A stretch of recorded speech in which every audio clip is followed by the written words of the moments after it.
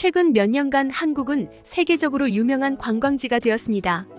이곳은 사계절이 뚜렷하고 온화한 기후를 갖고 있어 편안함과 편안함을 선사합니다. 김치의 땅은 거대한 건축물과 다양한 문화 및 요리 공간으로도 인상적입니다. 어떻게 이렇게 한국만 다른 건가요? 일본 여대생, 추운 한국에 여행 와서 5분 만에 충격에 빠진 이유. 여성은 한국인이 겨울에 집에서 반팔을 입고 있다는 말을 듣습니다. 말도 안 되는 거짓말이라고 소리칩니다. 하지만 한국인은 그게 사실이라고 말합니다. 그러자 여성은 직접 확인해야겠다고 합니다. 그리고 한국에 도착하자마자 깜짝 놀라게 되는데 과연 이 여성에게는 어떤 일이 있었던 걸까요? 이 내용은 일본인 여성의 SNS 사연을 각색제 구성한 것입니다. 안녕하세요. 일본에서 살고 있는 나남이라고 합니다. 한국에서 경험한 놀라운 일에 대해 이야기하려고 해요. 저는 도쿄에서 대학에 다니고 있는 대학생입니까?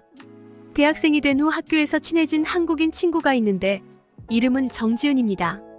유학을 온 친구인데 처음에는 조금 차가워 보였지만 같은 수업을 듣다가 친해졌는데 자기 할 일을 잘 해내는 똑 부러지는 성격이지 만정이 많은, 일본에서는 잘 볼 수 없는 성격이었어요.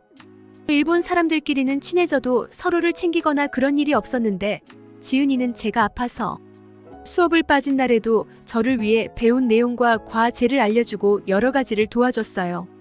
외국인인데 오히려 일본 사람인 저를 챙겨주는 모습에 저는 지은이와 깊이 친해졌어요. 지은이와 이야기를 하다가 한국의 추위에 대해 이야기를 하게 되었어요. 지은이는 도쿄가 서울보다는 안 춥기는 한데 집은 너무 춥다면서 한국에 있을 때는 겨울에 집에서 반팔을 입고 있었다고 말하는 거예요.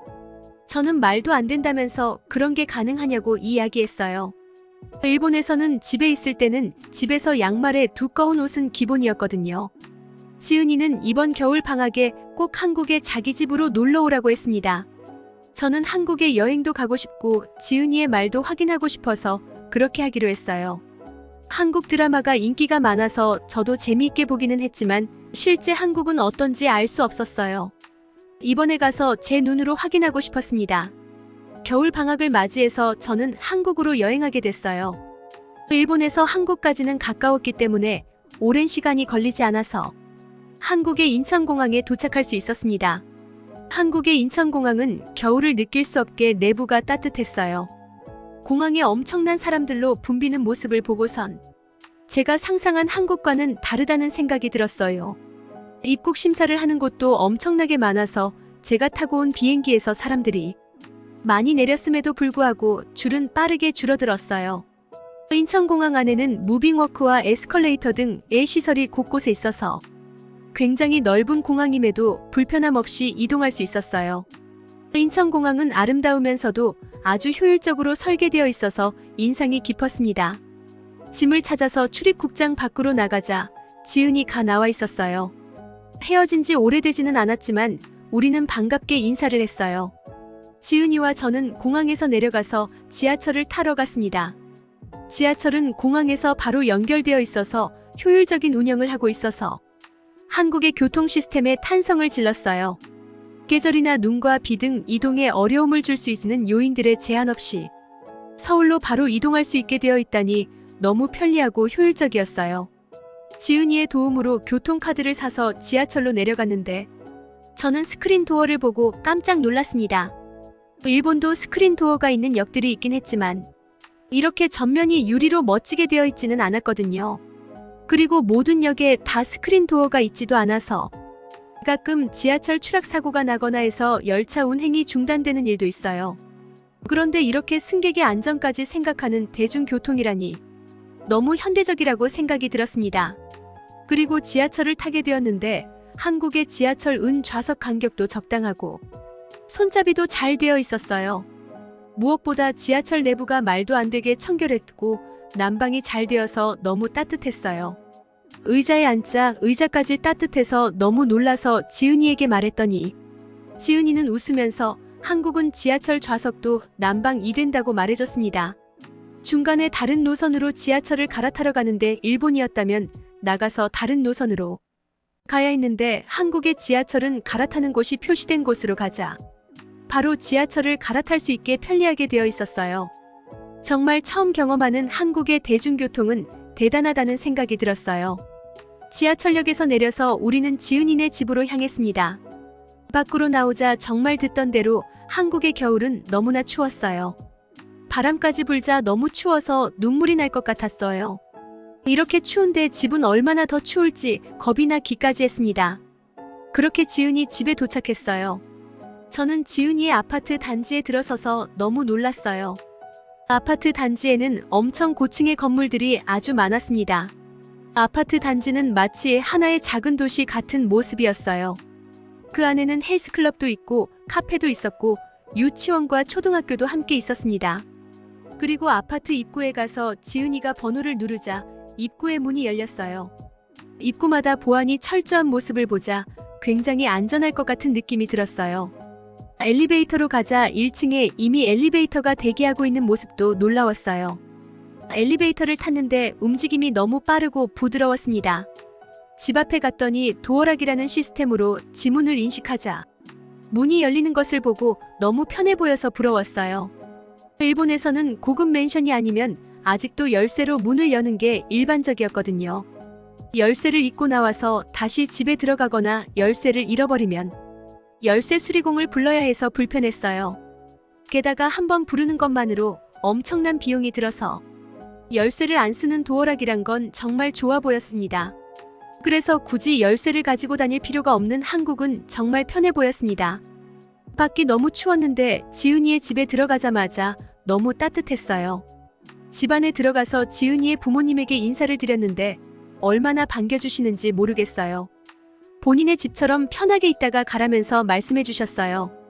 지은이의 집은 높은 층수라서 창밖으로 서울의 모습이 보였는데 야경이 너무 멋졌습니다. 지은이의 방에 들어가자마자 방의 바닥이 굉장히 따뜻했습니다. 왜 이렇게 바닥이 따뜻하냐고 지은이에게 물어보니 한국은 온돌이라는 시스템으로 난방을 하기 때문에 바닥을 데워서 집에 난방을 한다고 했어요. 일본에서는 벽에 붙은 에어컨에서 온풍과 냉풍이 다 나오는 시스템이라서 한국처럼 이렇게까지 집이 따뜻해지지 않았어요. 게다가 벽도 너무 얇고 창문도 하나만 있어서 새벽이 되면 창문에 물이 너무 많이 맺혀 있어서 늘 추웠고 바람이 들어왔어요. 그런데 한국의 집은 벽도 춥지 않고 창문도 이중으로 되어 있었어요. 그 모습을 보면서 한국의 집이 부러워졌습니다. 우리는 지은이의 부모님과 함께 식사하였습니까? 저는 차려놓은 음식에 놀라서 눈이 동그래졌습니다. 꽤 큰 식탁이었는데 식탁 가득하게 음식이 있었어요. 지은이의 부모님은 손님이 왔는데 이 정도는 아무것도 아니라면서 맛있게 먹으라고 말씀해 주셨어요. 저는 누군가의 집에 가서 이렇게 대접을 받아보는 게 처음이라서 너무 감동했어요. 저는 지은이 부모님께 몇 번이고 감사하다 말씀드렸고 지은이는 한국은 손님이 오면 잘 대접하는 게 문화라고 말해줘서 놀랐습니다. 음식도 너무 맛있어서 저는 평소보다 과식하게 되었습니다. 지은이는 저를 위해 바닥에 이불을 깔아줬어요. 샤워하고선 이불 위에 같이 누웠는데 정말 바닥이 따뜻해서 집에서 반팔을 입는 이유를 알 것 같았어요. 집에서 양말을 신을 필요도 없었고 정말 따뜻해서 밖이 엄청 추웠는데 한국의 집안은 여름 같았어요. 굉장히 따뜻하기도 하고 포근한 느낌에 머리를 대자마자 잠이 들었습니다. 집에서 겨울에 이렇게 편하게 잠을 잔 게 얼마만인가 하는 생각이 들었습니다. 다음날 우리는 홍대에 놀러 갔어요. 아침 일찍 집에서 출발했는데 나가자마자 너무 추워서 덜덜 떨면서 지하철역으로 향했습니다. 하지만 딱 지하철역으로 들어가자마자 난방이 되어서 따뜻해졌어요. 한국 지하철 또한 밖의 추위가 생각나지 않을 정도로 따뜻한 걸 넘어서 덥다고 느껴질 정도였습니다. 일본에서는 한국 관광 시에 꼭 가봐야 할 곳으로 홍대가 유명했어요. 지하철을 타고 홍대 입구역에 도착하자마자 그 특유의 활기찬 분위기를 느낄 수 있었습니다. 역에서 나와 거리로 들어서니 각양각색의 개들과 카페, 레스토랑이 눈에 띄었고 사람들로 붐비는 거리, 곳곳에서 들리는 음악 그리고 벽화와 예술 작품들이 보이는 신기한 곳이었어요. 점심시간이 되어 홍대의 유명한 맛집을 찾아갔어요. 그곳에서 한국의 유명한 음식인 떡볶이와 김밥을 주문했습니다. 저는 매운 음식을 잘 먹지 못하지만 일본에서 지은이와 함께 떡볶이를 먹어본 적이 있어요. 그런데 매콤하면서도 깊은 맛에 반해서 그때 이후로 떡볶이를 너무 먹고 싶었거든요. 우리는 떡볶이를 먹으면서 너무 매우면 김밥을 한 입 먹으며 즐거운 식사를 했어요. 식사 후에는 홍대의 쇼핑거리로 향했습니다. 한국에 오면 꼭 가고 싶은 곳이 올리브영이었어요. 한국 화장품이 유명해서 요즘은 일본에서도 직접 살 수도 있었어요. 하지만 한국 가게에서 판매하는 만큼의 화장품은 없었습니다. 지은이와 가게에 들어가서 정말 여러 화장품을 테스트해보고 그동안 써보고 싶었던 립스틱이나 파우더 등 화장품을 잔뜩 샀어요. 특히 다양한 마스크팩이 싸서 정말 마음에 들었습니다. 그리고 홍대에는 예쁜 액세서리 가게도 많았고 옷가게도 너무 예쁜 디자인들이 많아서 구경하느라 시간 가는 줄 몰랐어요. 해가 지기 시작하자 거리의 불빛이 환하게 빛나며 더 많은 사람이 거리로 나온 것 같았어요. 추운데도 홍대에는 많은 사람이 있었습니다. 우리는 거리에서 닭강정이라는 음식을 사 먹어두는데 작은 컵 안에 한 입 크기로 닭고기가 들어있었는데 달콤하면서 조금 매콤한 게 자꾸 손이 가는 간식이었어요. 맛있는 걸 먹으면서 홍대의 여러 곳을 구경했었는데 너무 재미있었어요. 요즘 한국에서는 네컷 사진이라는 게 유행이라고 하네요. 우리는 가게 안으로 들어가서 사진을 찍을 수 있는 기계 안으로 들어갔어요.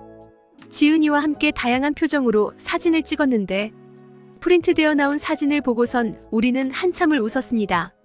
저녁은 삼겹살을 먹을 수 있는 가게로 갔어요. 삼겹살을 시켰는데 김치며 상추 같은 채소가 잔뜩 나와서 놀랐어요. 일본은 이런 건 따로 돈을 내고 시켜야 했는데 지은이가 한국은 고기를 시키면 같이 나오는 거라고 했어요. 점원분이 불판에 불을 붙이고 고기를 직접 구워주셨고 한쪽에는 김치도 올려서 구워주셨어요. 점원분은 진짜 친절하게 일본 사람인 저를 위해 일본어로 어떻게 먹으면 되는지 설명을 해주었어요. 지은이가 상추에 싸서 고기를 먹는 거라면서 직접 싸서 저한테 줬어요. 저는 크게 입을 벌리고 쌈을 먹었는데 채소와 고기의 조화가 너무 좋았습니다. 고기만 먹으면 조금 느끼한 것이 있는데 야채가 느끼함을 잡아줬습니다. 게다가 구운 김치라는 건 정말 신기한 맛이었습니다. 맵다기보다 달콤한 맛이 나서 고기랑 먹으니 정말 맛있었습니다. 일본에서는 음식을 이렇게 배부르게 먹어본 적이 없는 것 같은데 한국에서는 음식도 맛있고 양도 많이 줘서 배부르게 먹었어요. 삼겹살 정말 맛있는 음식이라서 일본에 가서도 생각이 날 것 같았어요. 집으로 돌아갈 때쯤 눈이 내리기 시작했습니다. 도쿄에서는 눈이 잘 안 내려서 저는 신기하게 눈을 바라봤어요. 하지만 눈이 쌓이면 내일은 잘 돌아다닐 수 있을지 걱정이 되었어요. 아침에 일어났더니 역시나 눈이 엄청나게 쌓여 세상이 하얗게 보였습니다. 아름다운 것과는 별개로 교통이 마비되지 않을까 걱정했어요. 그런데 밖으로 나가자 도로와 길은 눈이 다 치워져 있었습니다. 지은이한테 눈이 이렇게 많이 왔는데 도로가 깨끗해서 어떻게 된 거냐고 했더니 한국은 이럴 때면 새벽에 미리 다 치운다고 알려줬어요.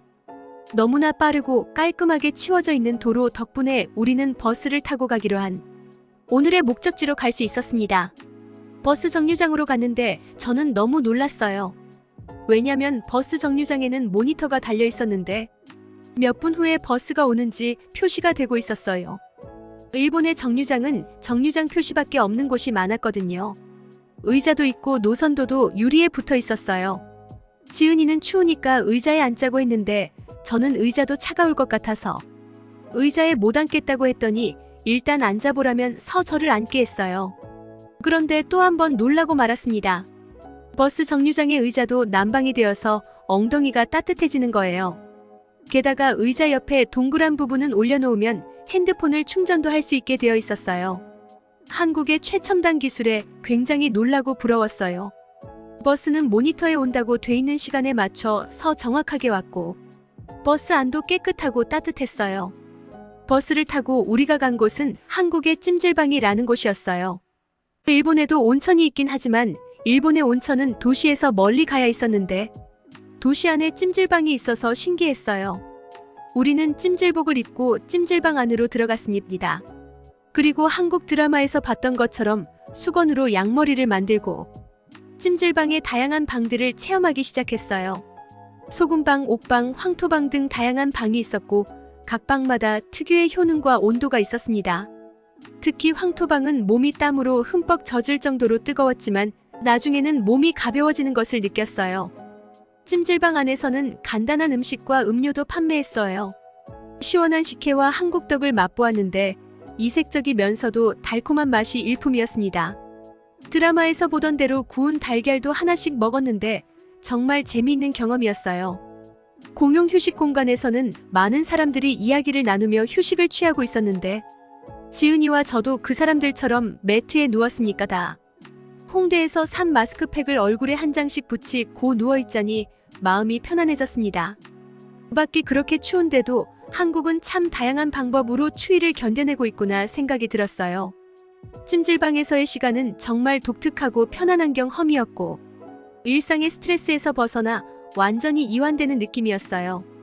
한국의 찜질방 문화는 정말 매력적이라는 생각이 들었고 다음에 한국을 방문할 때도 꼭 다시 오고 싶다는 생각이 들었습니다. 이제 저는 왜 한국 사람들이 찜질방을 그토록 사랑하는지 이해할 수 있게 되었습니다. 그 후로도 한국의 여러 곳을 여행했습니다. 직접 본 한국은 대중교통도 너무 잘 되어 있었고 일본에 비해 모든 것이 첨단이었어요. 꽤 추웠지만 일본에서는 특히 도쿄에서는 집안이 더 추울 정도였는데 한국의 집은 정말 따뜻했습니다. 일본에서는 새벽에 너무 추워서 깨고는 했는데 한국 집의 따뜻함은 너무 부러웠어요. 지은이와 함께한 한국 여행은 정말 즐거웠으니까 다. 한국은 도시가 활기차고 재미있는 곳도 많아서 다음에도 오고 싶어졌습니다. 저의 이야기는 여기까지입니다. 여러분 나나미 씨의 이야기 어떻게 보셨나요? 한국은 겨울이 참 춥습니다. 하지만 조상들의 지혜가 담긴 온돌 난방 덕분에 추운 계절을 따뜻하게 보낼 수 있습니다. 다른 나라에서는 우리 같은 온돌 난방이 없어서 한국보다 춥지 않은 나라에서도 춥게 보낸다고 합니다. 나나미 씨는 한국 친구 집에서 한국의 따뜻함을 느낄 수 있었고 한국 사람이 어떻게 추운 겨울을 이겨내는지 경험할 수 있었던 재미있는 사연이었습니다. 일본은 더위를 견디기 위해 겨울 방한은 포기했다던데 그만큼 여름이 습하고 더워서 요즘은 전기료 때문에 여름에도 에어컨 잘 안 켜고 그냥 참고 견디는 거라던데